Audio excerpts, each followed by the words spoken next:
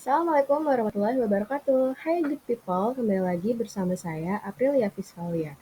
Pada kesempatan kali ini saya akan memaparkan materi mengenai desain dan pengorganisasian muatan media pembelajaran. Pertama-tama kita akan membahas konsep dan prinsip utama dari materi ini. Memahami prinsip-prinsip desain media pembelajaran dan pengorganisasian konten sangatlah penting bagi pendidik dan juga perancang pembelajaran yang berupaya menciptakan pengalaman pembelajaran yang berdampak dan menarik. Dengan memanfaatkan kekuatan teknologi, juga sumber daya multimedia, serta menerapkan strategi pengorganisasian konten yang efektif, pendidik dapat mengoptimalkan hasil pembelajaran dan menumbuhkan budaya pembelajaran sepanjang hayat. Kemudian kita memasuki landasan perancangan media instruksional. Nah, yang pertama kita akan membahas langkah-langkah perancangan media pendidikan. Yang pertama, langkah-langkahnya itu yang pertama kita harus mengidentifikasi kebutuhan dan juga karakteristik dari warga belajar. Kemudian setelah itu kita bisa merumuskan tujuan pembelajaran, setelahnya kita bisa merumuskan materi pembelajaran.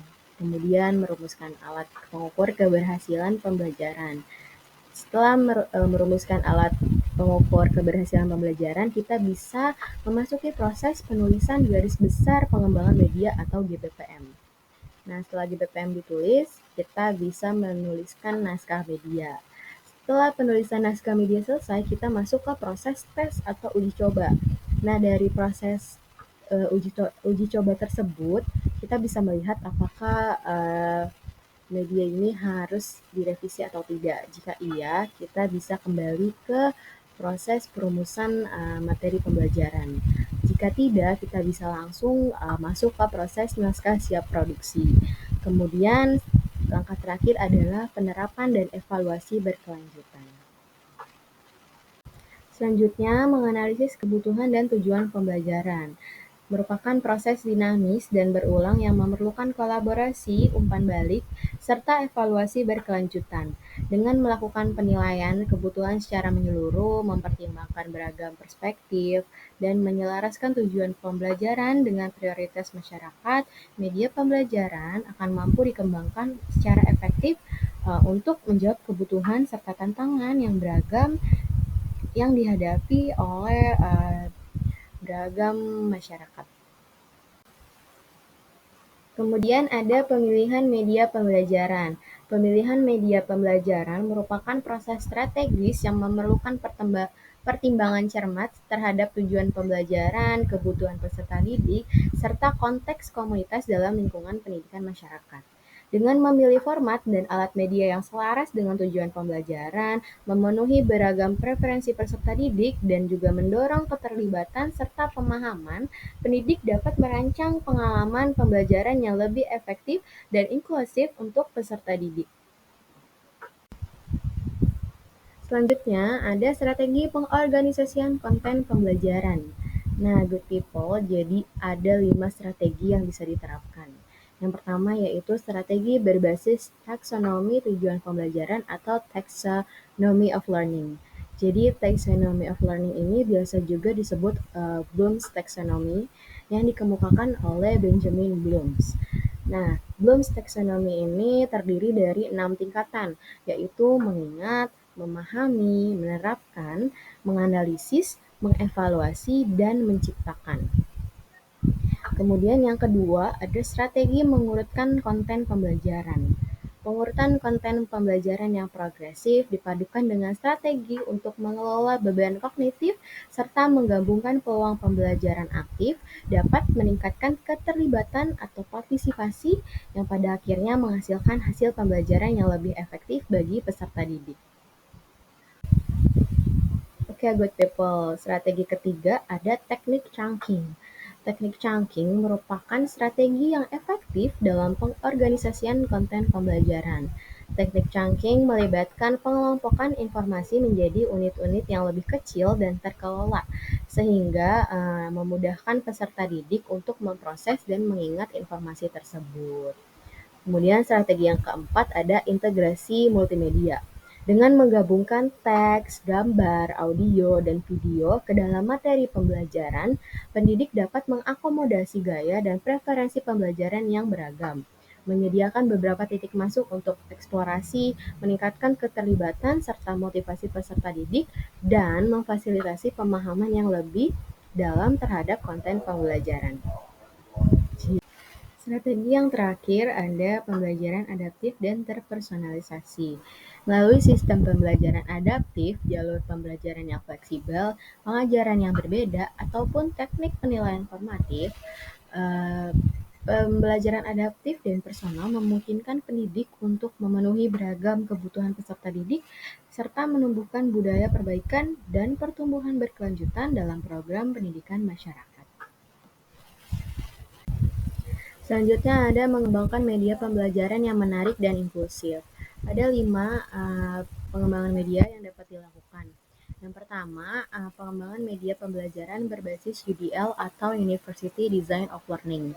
Dengan menyediakan berbagai cara representasi, tindakan dan ekspresi, serta keterlibatan, UDL ini memungkinkan pendidik untuk mengakomodasi beragam kebutuhan, preferensi, dan kemampuan peserta didik, kemudian memastikan bahwa semua peserta didik memiliki kesempatan yang sama untuk mengakses, berpartisipasi, dan juga berhasil dalam pengalaman belajar mereka.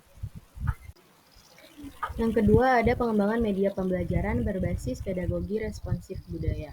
Dengan memasukkan konten yang relevan secara budaya, membangun hubungan yang kuat, memanfaatkan kekuatan budaya, dan juga mendorong kesadaran kritis serta keadilan sosial, pendidik dapat menciptakan lingkungan pembelajaran yang lebih inklusif dan adil yang bisa memberdayakan semua peserta didik untuk berhasil dalam pembelajaran. Selanjutnya ada pengembangan media berbasis pembelajaran interaktif dan gamified. Dengan menggabungkan elemen multimedia interaktif, elemen gamified, dan peluang untuk pembelajaran aktif, pendidik dapat menciptakan pengalaman belajar yang dinamis dan mendalam yang dapat memikat perhatian peserta didik yang pada akhirnya akan meningkatkan pemahaman yang lebih dalam lagi. Selanjutnya ada pengembangan media pembelajaran berbasis desain pembelajaran multimodal. Desain pembelajaran multimodal merupakan pendekatan yang ampuh untuk menciptakan pengalaman belajar yang inklusif dan menarik yang dapat mengakomodasi beragam preferensi dan gaya belajar. Dengan mengintegrasikan berbagai mode representasi seperti teks, gambar, audio, dan video ke dalam materi pembelajaran, pendidik akan mampu memberikan peserta didik berbagai titik masuk dan jalur untuk mengakses dan juga memahami konten pembelajaran. Yang terakhir ada pengembangan media pembelajaran berbasis pembelajaran kolaboratif dan sosial.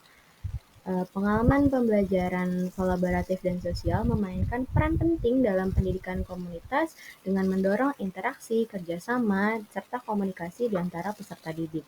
Melalui pengalaman pembelajaran kolaboratif dan sosial,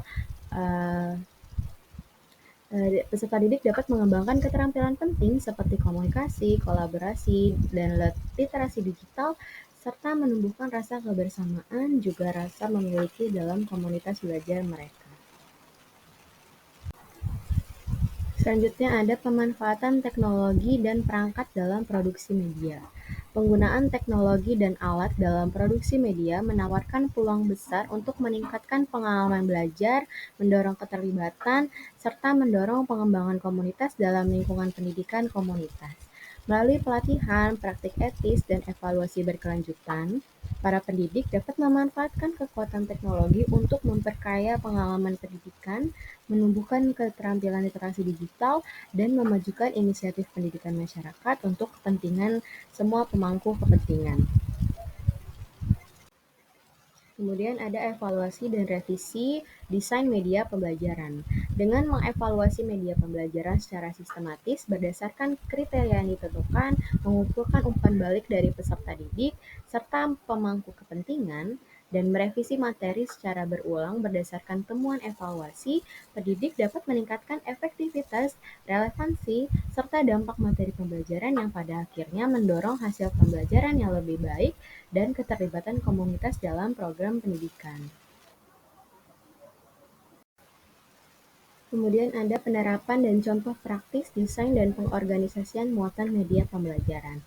Platform pembelajaran digital seperti Canva, Google Classroom, Moodle, dan lain sebagainya memudahkan tenaga pendidik dalam membuat, menyampaikan, dan mengelola media pembelajaran, termasuk sumber daya multimedia, penilaian, dan aktivitas kolaboratif. Platform ini mendukung pembelajaran asinkron dan sinkron, memfasilitasi komunikasi dan kolaborasi antar peserta didik, dan memungkinkan pendidik memantau kemajuan serta keterlibatan peserta didik.